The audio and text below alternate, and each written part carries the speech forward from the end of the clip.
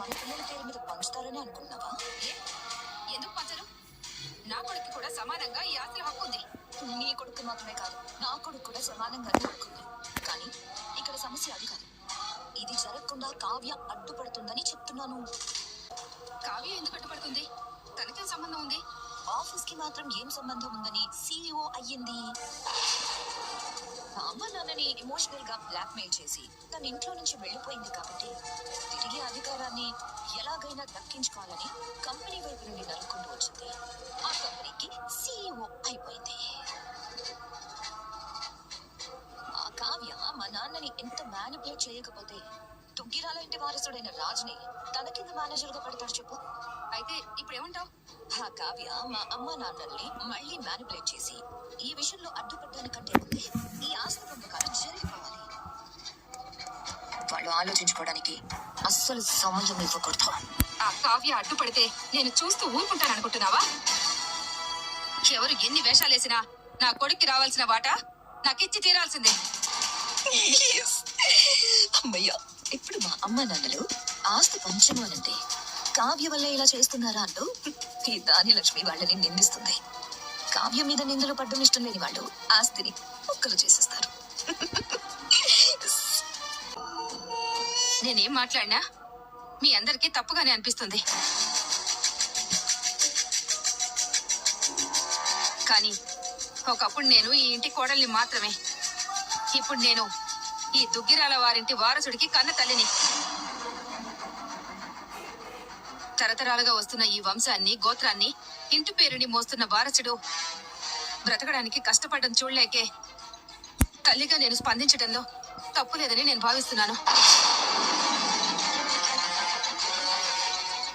మావయ్య గారు ఆలోచించి నిర్ణయం తీసుకుంటానన్నారు.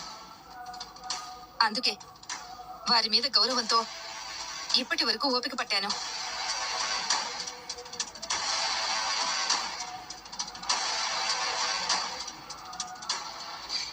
మీరు ఏ నిర్ణయం తీసుకున్నారో చెప్తారని ఎదురు చూస్తున్నాను మావయ్య గారు.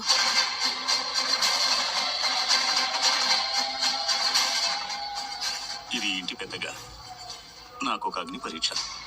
తరతరాల నుంచి ఉమ్మడి కుటుంబంగా బ్రతికిన ఒక వృద్ధుడు ఈ వంశవృక్ష తాలూకు కొమ్మలు, రెమ్మలు ఎవరూ నరికేసి తలా ఒకవైపు విసిరేస్తూ ఉంటే తల ఉంచి ఆ ముక్కలైపోయిన కొమ్మ రెమ్మల్ని చూస్తూ ఇలా బతకగలడా అని ఆలోచిస్తున్నాడు.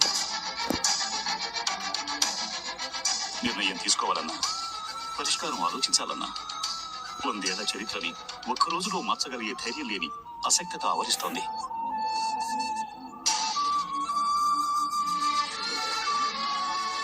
కాస్త వ్యవధి కావాలని మాత్రం అడగాలనుకుంటున్నాను.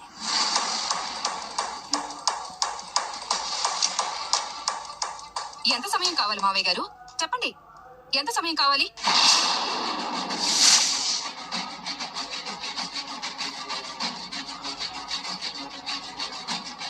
మీరు సమయం అడిగారంటే ఈ లోపు ఏదైనా జరగచ్చు. మళ్ళీ ఈ నిర్ణయాల్లో మార్పు తీసుకురావచ్చు. లేదంటే అంతా కలిసి నా నోరు మూయించొచ్చు.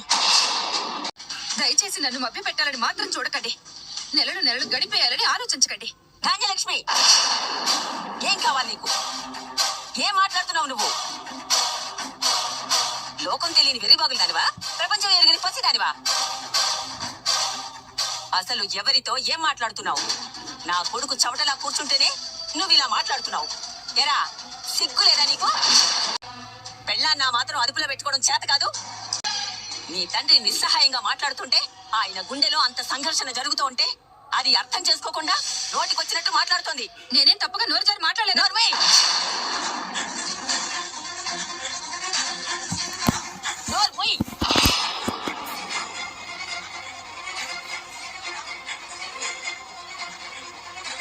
కోడలి మీద చెయ్యి చేసుకున్న చరిత్ర దుగ్గిరాల వంశంలోనే లేదు. ఆ మచ్చ మోయకూడదని నీ పళ్ళు రాలగొట్టాలని ఉన్నా సరే నేను ఊరుకుంటున్నాను. నీ తాతల ఆస్తులేమైనా పసుపు కుంకాల కింద తెచ్చి మా ఆస్తుల్లో కలిపేశావా? ఇన్నాళ్లుగా గుట్టుగా ఉన్న ఇంటి పరువును బజార్ను పడేయాలని నువ్వు చూస్తుంటే నిన్నేమీ అనలేక ఆయనెంత కృంగిపోతున్నారో నాకు తెలిసే. ఇంత స్వార్థం నీలో ఎలా ప్రవేశించింది? నా భర్త రాజుని మేనేజర్ చేసిన నా పెద్ద కోడలు ఇదేమిటని ప్రశ్నించలేదు.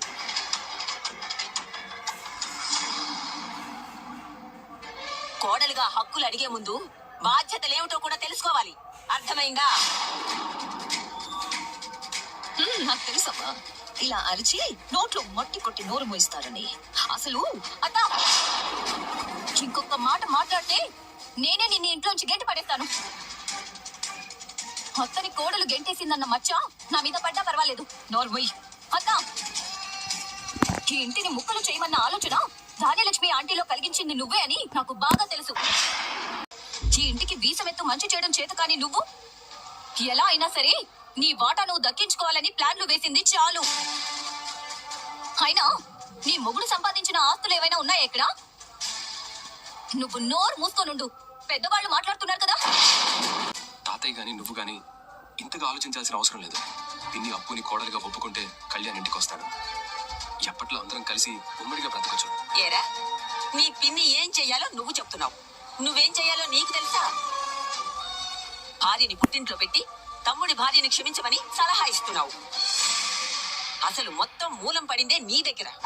ఉమ్మడి కుటుంబం అంటే పెళ్ళాన్ని వదిలేసి చిన్న అయిన పిల్లలతో కలిసి ఉండడమా? నోరు మూసుకో.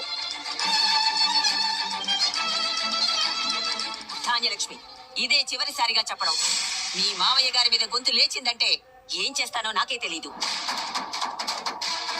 నువ్వు రా బావా, ఇలాంటి వాళ్లకు సమాధానం చెప్పవలసిన కర్మ నీకు లేదు. రండి. Excuse me madam. Come Shruti. ఇదిగోండి మేడం. ఏంటిది? సుగుణ గ్రూప్ వాళ్ళకి పంపించాల్సిన file madam. Raj sir designs అని అప్లోడ్ చేశారా? లేదు మేడం, చేయనంటున్నారు. ఎందుకు? టిక్క. Sorry sorry sorry madam, sorry. కారణం ఏం చెప్పారు? ఏమీ చెప్పట్లేదు మేడం. వెళ్ళి మీ సీఈఓతో చెప్పుకో అన్నారు మేడం. సరే, నువ్వు వెళ్ళు. మ్మ్. గేమ్స్ ఆడుతున్నారా? ఏంటి? సెల్ ఫోన్ లో. ఆ, దీని మీద ఎందుకు సంతకం చేయలేదు? పెన్ లేదు. అయితే దీని పేరేంటి? ఆ? సంతకం చేయండి. మూడ్ లేదు. ఇప్పటికే లేట్ అయింది. వాళ్ళకి మనం డిజైన్స్ ఇవ్వాలి. 2 రోజుల్లో మ్యానుఫ్యాక్చరింగ్ చేయించాలి. 3 రోజుల్లో డెలివరీ చేయాలి. ఎందుకు సంతకం చేయలేదు? లేబర్ పెయిన్స్ రాలేదు. ఏంటి? అదే, డెలివరీ చేయాలంటే నొప్పులు రావాలి కదా. మీకు ఇది ఆటలుగా ఉందా? నీకు పాటలుగా ఉందా? సరైన కారణం చెప్పండి. నేను చెప్పను. ఎందుకు చెప్పరు? అది కూడా చెప్ప. చూడండి, మీకు నాకు ఏదైనా ఉంటే తర్వాత చూసుకుందాం. పర్సనల్ లైఫ్ ని ప్రొఫెషన్ ని కలపకండి. నాకు నీతో పర్సనల్ లైఫ్ కూడా ఉందా? అది బూత్ బంగ్లాను అడిగితే చెప్తుంది. టెంపుల్ తాలూకు జ్యువెలరీ ఓకే అయితే ఆ కాంట్రాక్ట్ మనకే వస్తుంది. కానీ క్రెడిట్ అంతా నీకే వస్తుంది కదా. సీఈఓ కదా నువ్వు. ఓహో, అదా కారణం. అది కూడా కారణం కాదు. మరేంటి? నా ఇష్టం.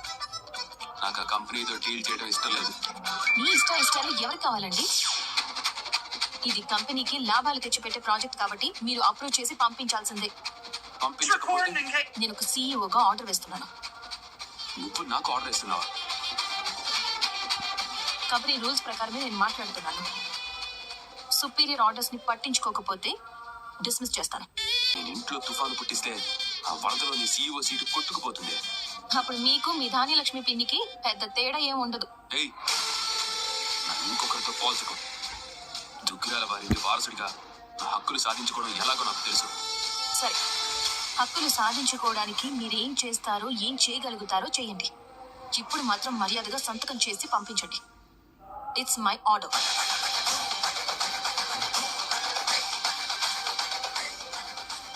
సంతకం చేయాలి, సంతకం. ఈ ఫైల్ అడ్డం పెట్టుకుని ఏం చేస్తానో చూడవే.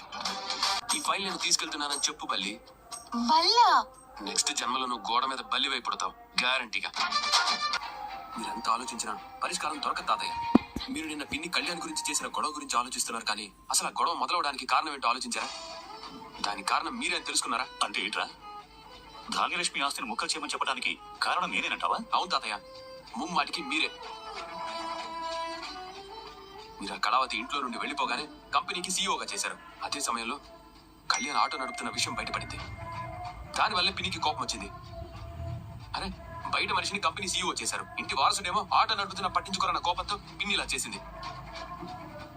తాతయ్య ఇప్పటికైనా మించిపోయింది లేదు. ఈ గొడవ మొత్తం ఆగాలంటే ముందు ఆ కళావతిని సీఈఓ బాధ్యతల నుంచి తప్పించండి. ఆ అప్పుడే అన్నిటికీ పరిష్కారం దొరుకుతుంది. రే, ధాన్యలక్ష్మి చేస్తున్న గొడవల్ని ఎలా ఆపాలో నాకు బాగా తెలుసు. దానికి కావ్య సీఈఓ అవడానికి అసలు సంబంధమే లేదు. ఇక్కడ సమస్యలా నీ నుంచే ఉంది. నా వల్ల ఏ సమస్య వచ్చింది? నీ భార్య సీఈఓ అవటం నీకు ఇష్టం లేదు. అందుకే ఇలా వచ్చి గొడవ చేస్తున్నాం.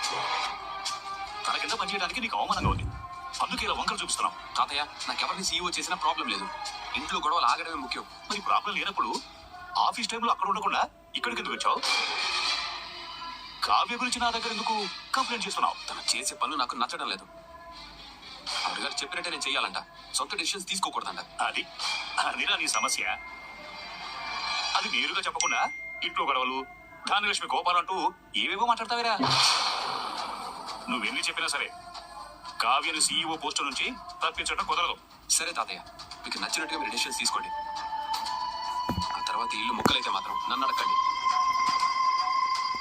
కానీ ఒక్క విషయం గుర్తుపెట్టుకోండి, నేను కంపెనీకి సీఈఓగా ఉన్నప్పుడు ఈ ఇంట్లో ఏ గొడవలు రాలేదు. అందరూ సంతోషంగా కలిసి ఉన్నాం. కానీ ఆ కళావతి సీఈఓగా అయినప్పటి నుండి అన్ని సమస్యలు మొదలయ్యాయి. అది మీరు గమనిస్తే అన్ని మీకే అర్థమవుతాయి. ఇంత పగడబందీగా ప్లాన్ చేసి ధాన్యలక్ష్మిని రెచ్చగొట్టి ముందుకు తోస్తే ఆ ముసలోడు ఆస్తి ముక్కలు చేస్తాడు అనుకున్నాను. ఇంత సింపుల్ గా తప్పించుకుంటాడని అనుకోలేదు. ఎక్కడ తప్పించుకున్నాడు మమ్మీ? జస్ట్ టైం కావాలన్నాడు అంతే కదా. చిన్నత్తయ్య వదిలేస్తుందా ఏంటి? కళ్యాణికి అన్యాయం జరిగితే అస్సలు ఊరుకోదు. ఇన్ని జరుగుతున్నా మీ తాతయ్య గురించి నీకు ఇంకా అర్థం కాలేదా? మనం ప్లాన్ చేసి కావ్యని ఇంటి నుండి వెళ్ళగొడితే ఆ ముసలోడు ఏం చేశాడు? దాన్ని తీసుకెళ్లి కంపెనీకి సీఈఓగా చేసి మనందరూ నెత్తి మీద పెట్టాడు. ఇప్పుడు మళ్ళీ టైం ఇస్తే ఊరుకుంటాడా? చాలా గట్టిగా ప్లాన్ చేసుకొని ముందుకొస్తాడు. అవును మమ్మీ, నువ్వు చెప్పింది కూడా నిజమే. పేరుకే తాతయ్య అవుట్డేటెడ్ అయ్యాడు, కానీ ఆలోచనల్లో మనకన్నా చాలా అడ్వాన్స్డ్ గా ఉన్నాడు. అందుకే ఏదో ఒకటి చేసి మళ్ళీ ఆ ధాన్యలక్ష్మికి మంట పెట్టాలి. ఆ ముసలోడు ఆలోచించడానికంటే ముందే ఆస్తిని ముక్కలు చేసి నీకు రావాల్సిన వాటాని త్వరగా లాక్కోవాలి. ఆ పనేదో త్వరగా చేసే మమ్మీ. అసలే మనీ స్మెల్ చూసి చాలా రోజులు అయిపోయింది. అలాంటప్పుడు వెళ్ళి బ్యాంక్ లో ఏ ప్యూన్ గానో జాయిన్ అవ్వు. రోజు మనీ స్మెల్ చూడొచ్చు. అబ్బబ్బబ్బా, ఏం ప్లాన్ చేసావత్తయ్యా? కళ్యాణ్ ఆటో నడుపుతున్నాడని తెలియగానే ధాన్యలక్ష్మి ఆంటీని రెచ్చగొట్టేసి ఆస్తిని ముక్కలు చేసేసి మీ వాటా మీరు తీసుకుందాం అనుకున్నారా? తీసుకుంటే తప్పే ఉంది, అది నా హక్కు. ఎలా వచ్చింది బాబు ఆ హక్కు? మీ మమ్మీ ఏమైనా తాతయ్యకి రక్తం పంచుకొని పుట్టిందా? ఈ ఇంటి గుమస్తాకి పుట్టింది. నార్మల్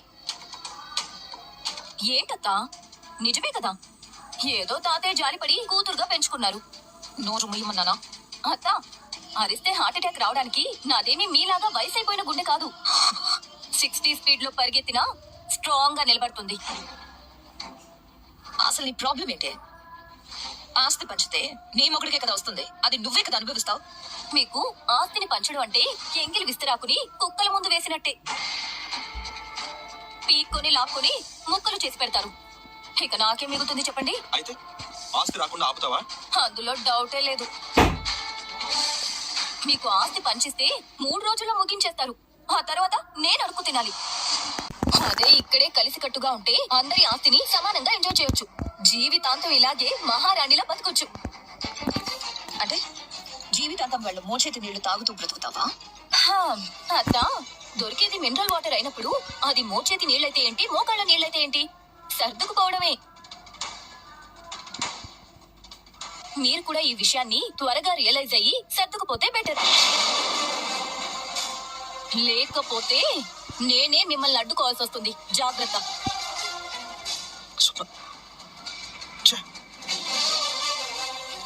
మమ్మీ, ముందు దీన్ని చేసేయాలి.